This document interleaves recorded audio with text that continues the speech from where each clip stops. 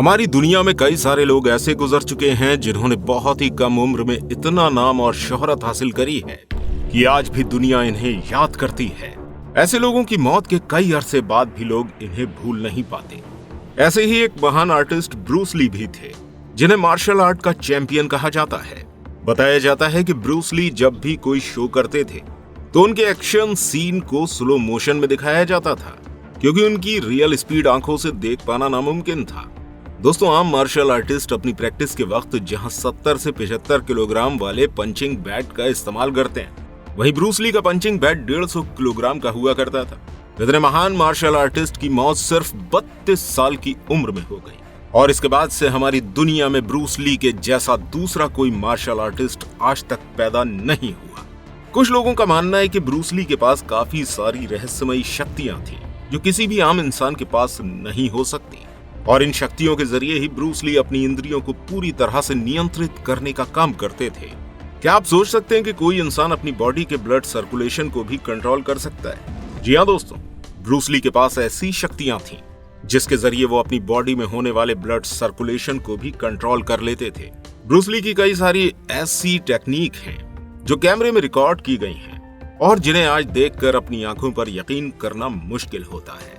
और आज हम आपको ऐसी ही कुछ टेक्निक्स दिखाने वाले हैं।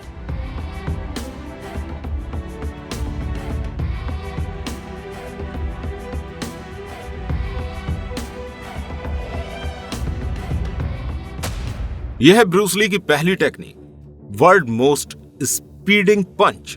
दोस्तों, ब्रूस ली को उनकी स्पीड के लिए भी जाना जाता था। जिस तरह से वो अपने पंच डिलीवर करते थे, उसकी स्पीड और उसकी ताकत को काफी खतरनाक माना जाता था।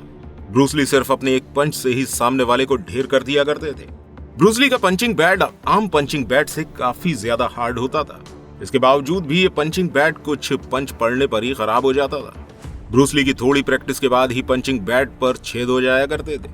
इसी तरह साल 1976 में जब एक बार मार्शल आर्ट एग्जीबिशन हो रहा था, जहां ब्रूस ली का सामना कर रहे थे विक्टर मोर। दोस्तों, विक्टर भी कोई आम इंसान नहीं थे, बल्कि ये अमेरिकी मूल के कराटे एक्सपर्ट थे जिन्होंने 10 डिग्री का ब्लैक बेल्ट हासिल कर रखा था। इसके अलावा ये 4 बार विश्व कराटे चैंपियन भी बन चुके थे। विक्टर को लग रहा था कि वो बहुत ही आसानी से ब्रूस ली का सामना कर सकते हैं और ब्रूस ली के पंच का उनके ऊपर कोई असर नहीं होगा। विक्टर को लगता था कि ब्रूस ली की टेक्निक के बारे में जो कुछ भी बताया जाता है वो सिर्फ अफवाह है। लेकिन जब विक्टर का सामना ब्रूस ली से हुआ तो ब्रूस ली के ऊपर वार करना तो बहुत दूर की बात है। विक्टर खुद को ब्रूस ली के पंच से बचा भी नहीं सके। ब्रूस ली के पंच की स्पीड इतनी ज्यादा तेज थी जिसने विक्टर को बचने का मौका भी नहीं दिया। अब इस बात से आप अंदाजा लगा सकते हैं ब्रूस ली की ताकत का। उनकी स्पीड कितनी ज्यादा होगी, जिसने दुनिया के 4 बार कराटे चैंपियन बनने वाले विक्टर को भी मिनटों में हरा दिया। Technique number 2, blind fold combat.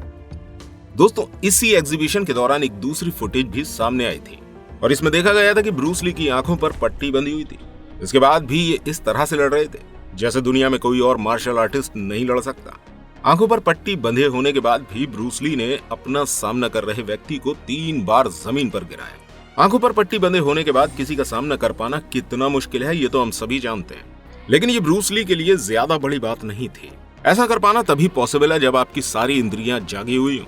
आपको अंदाजा हो कि 3D स्पेस में आप किस पोजीशन पर हैं। आपका हाथ कहाँ है, आपके पैर कहाँ है, आपका सर कहाँ है, आपका पूरा शरीर कहाँ है। इसके अलावा आपका विरोधी किस जगह पर है और वो किस तरह से आपके ऊपर वार करने वाला है। ब्रूस ली अपने विरोधी के पंच के हवा का हल्का सा झोंका भी महसूस कर सकते थे। ब्रूस ली ने खुद को इस तरह से ट्रेन किया था कि वो सिर्फ दुश्मन के हल्के से ही मूवमेंट से ही वार का अंदाजा लगा सकते थे और ये भी समझ जाते थे कि खुद को किस तरह से बचाना है और सामने वाले को किस तरह से ढेर करना है। ब्रूस ली की इंद्रियां पूरी तरह से कंट्रोल में थी। आंखों पर पट्टी बंधने की टेक्निक को भी कैमरे में रिकॉर्ड कर लिया गया था। शायद अगर ये टेक्निक कैमरे में कैद न हुई होती तो आज के लोग इस पर विश्वास ही नहीं करते। यह है टेक्निक नंबर 3। दोस्तों, ब्रूस ली की फुटेज में एक फुटेज और भी है जो ये बताती है कि ब्रूस ली ने अपनी कैपेसिटी को कितना ज्यादा डेवलप कर लिया था। ब्रूस ली नॉनचेक नाम के हथियार को चलाने में इतने ज्यादा माहिर हो चुके थे कि वो इस हथियार की मदद से टेबल टेनिस भी खेल लिया करते थे। दोस्तों, अगर आपने भी नॉनचेक को देखा है तो आप जानते होंगे कि इसकी स्टिक कितनी ज्यादा पतली होती है। वहीं इसके मुकाबले टेबल टेनिस का बैट जो कि बहुत ज्यादा चौड़ा होता है, इतनी पतली स्टिक से टेबल टेनिस खेलना कोई आम बात नहीं है। ब्रूस ली इस ननचक से बहुत ही शानदार टेबल टेनिस खेला करते थे। और सिर्फ यही नहीं बल्कि इसी हथियार की मदद से ब्रूस ली दो अपोनेंट को सामने रखकर उन्हें हरा भी दिया करते थे। आज के समय में इतनी शार्प नजर, इतना बेहतरीन मोटर स्किल किसी के अंदर होना नामुमकिन है। ब्रूस ली अपनी ट्रेनिंग पर बहुत ज्यादा ध्यान देते थे और उन्हें पता था कि उन्हें अपनी पावर को और भी ज्यादा शार्प करना है, और इसी बात के लिए वो रोज ट्रेनिंग किया करते थे। ब्रूस ली ने जीत कुनेदो नाम के एक मिक्स मार्शल आर्ट को खुद ही डेवलप किया था।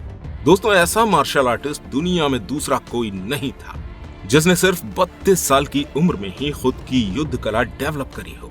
ब्रूस ली अपनी ट्रेनिंग को काफी ज्यादा सीरियस लेते थे और ट्रेनिंग करने के लिए नॉर्मल ट्रेनिंग इक्विपमेंट से काफी ज्यादा टफ और खतरनाक ट्रेनिंग इक्विपमेंट का इस्तेमाल करते थे।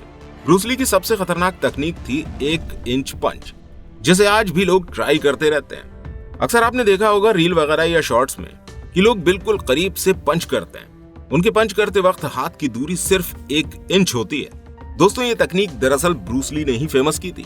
ब्रूस ली की एक फुटेज अभी भी मौजूद है जिसमें ब्रूस ली 1 इंच पंच का डेमोन्स्ट्रेशन करते नजर आ रहे हैं। अब सोच कर देखिए कि बिना हाथ को पीछे ले जाए सिर्फ 1 इंच की दूरी से वार करना, और वार भी इतना ज्यादा खतरनाक जिसके झटके से इंसान कई फीट दूर जाकर गिरे।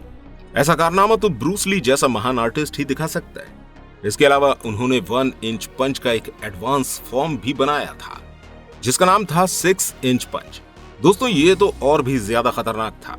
इसके वार से दुश्मन कई फीट दूर जाकर गिरता था।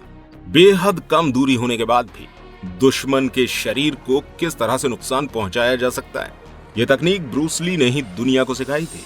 इसके अलावा एक और तकनीक जो ब्रूस ली की फेमस थी वो है 2 फिंगर पुशअप।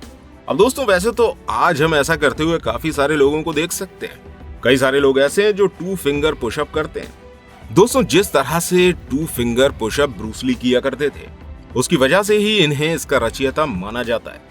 सोचकर देखिए कि सिर्फ 2 उंगलियों के ऊपर ही अपनी पूरी बॉडी का वजन डाल देना और उसके ऊपर से वजन डालने के बाद पुशअप मारना अपने आप में ही एक बहुत बड़ी कला है, और ये काम ब्रूस ली काफी देर तक किया करते थे। आज के वक्त में जो लोग लंबे समय तक इस तरह के पुशअप करते हैं उनकी बॉडी में विकलांगता आ सकती है या फिर उनका कोई बॉडी पार्ट फ्रैक्चर भी हो सकता है, लेकिन ब्रूस ली इसे रोज करते थे। ये तो बस कमाल की बात है ब्रूस ली की। ये टेक्निक भी कैमरे में कैद हो गई है। ब्रूस ली के बारे में बताया जाता है कि उनकी मृत्यु एकदम अचानक से 32 साल की उम्र में हुई थी, और उनकी मौत के बारे में कई लोगों का कहना है कि उन्हें धीमा जहर दिया जा रहा था। वहीं कुछ लोगों का कहना यह भी है कि बहुत सारी एक्सरसाइज करने की वजह से वो बहुत ज्यादा टेंशन में रहने लगे थे और उनकी नींद भी पूरी नहीं हो पाती थी। टेंशन की वजह से ब्रूस ली को दिल से रिलेटेड कई सारी प्रॉब्लम्स हो गई थी जिसकी वजह से उनकी मौत हुई है। इसके अलावा कुछ कॉन्स्पिरेसी थ्योरीज ये भी हैं कि आखिरी दिनों में ब्रूस ली कुछ ज्यादा ही परेशान रहने लगे थे और उन्हें अपनी मौत का डर सताने लगा था, इसलिए वो खतरनाक हथियार अपने पास रखकर सोया करते थे। दोस्तों, ये तो नहीं कहा जा सकता कि आखिर ब्रूस ली की मौत किस वजह से हुई थी, लेकिन ब्रूस ली की मौत पर हमारी दुनिया ने एक बहुत ही महान आर्टिस्ट को खो दिया था। आशा करते हैं ये वीडियो आपको अच्छी लगी होगी। अगर आपको ये जानकारी पसंद आई है तो इस वीडियो को लाइक करते हुए स्क्रीन पर शो हो रही इस वीडियो को भी जरूर देखिएगा। ये वीडियो भी बहुत ही इंफॉर्मेटिव है। हम आपसे वहीं पर मिलेंगे।